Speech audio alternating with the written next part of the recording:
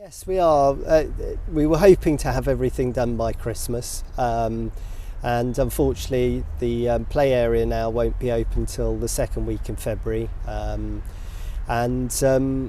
We've made great progress, as you can see behind me, but some of the big items still need to be finished off. We've done some planting at the right time of year, so we've got the trees in, and we'll be getting some of the shrubs and the smaller plants in after Christmas. It's sad for me to hear, although we can't at the moment, the tree cutters at work. Another one's having to be felled. Yes, unfortunately this is nothing to do with the project. Our parks tree team surveyed the gardens after Storm Arwen, and we've got a branch that's hanging in one of the trees, and then the tree of heaven up by the loggia has got a big split right down the centre of it, and it's in danger of pulling apart. So unfortunately it's having to be completely felled. They'll take the weight off it now, they're doing that today, and then after Christmas they'll come back and remove the main trunk. That was one of your trail trees, a heritage tree. Will it be replaced? Yes, it was on the Friends of Sydney Gardens tree trail, and a magnificent tree it was. We will be looking to replace it. We've done all our major tree planting now, so we've got a bit of time to think through what species we want to put, and then we'll replace it. Yeah. I hear the Heritage Lottery Fund have allowed you to have an extension, and obviously you've been hit with lots of problems that have hit other people, like COVID, but of course you had to clear a pollutant, did you not, from the playground site before you could start work on the rebuild? Yes, this is one of the reasons why the whole programme slipped, was that at the beginning of last year we had to do a whole lot of groundworks behind me under the proposed play area, just to clear and turn the soil so that it was safe for the play area. In doing so, we also discovered some lovely Roman archaeology, but that also holds the programme up. So we did that full excavation back in the summer, and came across a Roman sarcophagus and a number of human remains related to the Roman era. And we'll be reporting on that in due course. But yes, that all held us up, plus COVID. And so, yeah, the programme slipped, but the lottery have been very kind to us, and they've extended the overall project envelope until the end of 2022. So that'll be this time next year. Obviously, when you budget a scheme, you've no idea what's going to hit you when you actually set sail. I mean, it's fair to say that some things are going to have to wait, that you have effectively run out of money now. Well, we haven't run out of money yet. We've put a few items on pause so that we can review things after Christmas.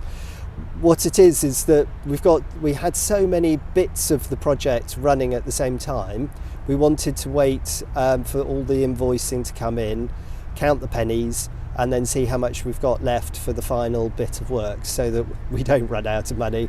But yes, the budget was set way back in 2016, and we haven't had any opportunity to expand the budget at all, so we've had to keep things very much tightly under control. Obviously, the Friends of Sydney Gardens have been very important to you while this project has been underway, and in the future. I'm just wondering whether one of their future jobs might be to help with a bit of additional fundraising. Yes, and the Friends of Sydney Gardens have offered a lot of help all the way through the project. They've offered to fundraise, and they've offered to try and source other funds. It's a little bit complicated in terms of the main capital build, because the budget was set for the bid with the lottery, but there will be works that can be continued on into the future, and the Friends can help with that. And one of those that they have offered is around the loggia. We're going to be doing some Georgian planting, and the Friends have already had some money in from Bath and Bloom, and they're also looking now to fundraise against that, so we can get some suitable planting in and around the loggia.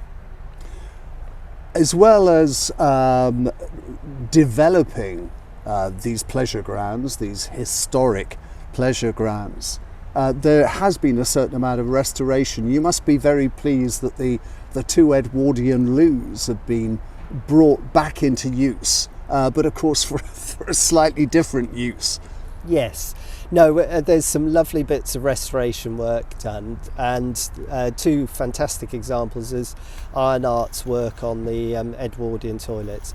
So the ladies' WC, which was bang smack behind the public toilets, has had to move for the extension of that, creating the community pavilion.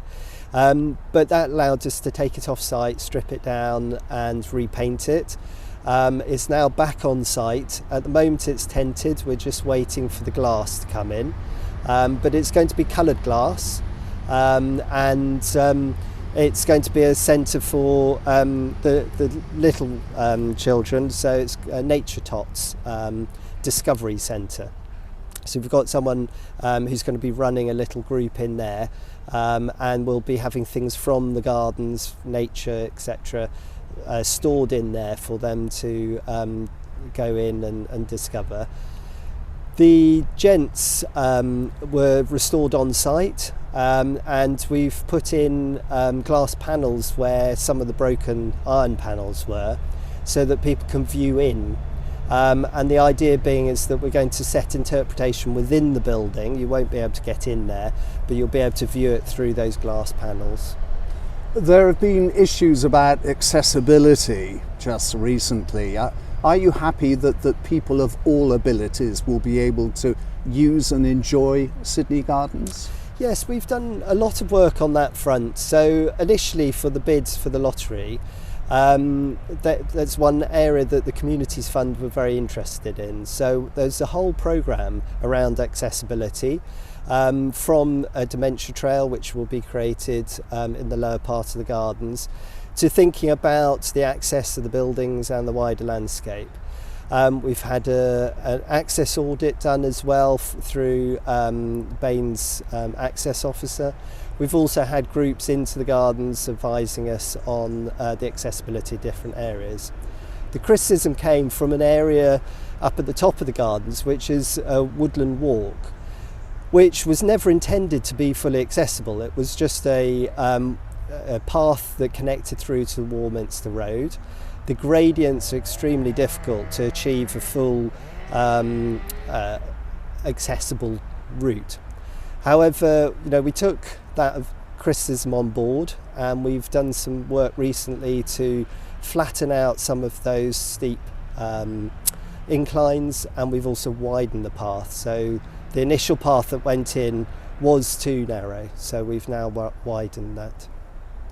The gardens, the Georgian gardens, were set up as pleasure gardens. Of course, in those days, for those who could afford to pay the entry fee. These days, this is very much a public space. How would you sum up the new look Sydney Gardens for next year? What are you aiming to do for the community of today? Yes, our message is that it's open 24/7, and it's a lovely garden. People find or personalise the space. It's almost like their front garden, the people who live around here, the community that lives around here. But it's also a tourist destination because it's so close to the Holborn Museum. And then we've been running over the last 4 years quite a detailed activity programme, having events and activities running from the gardens, and we want that legacy to continue. And we've built a community pavilion which we hope those activities can run from.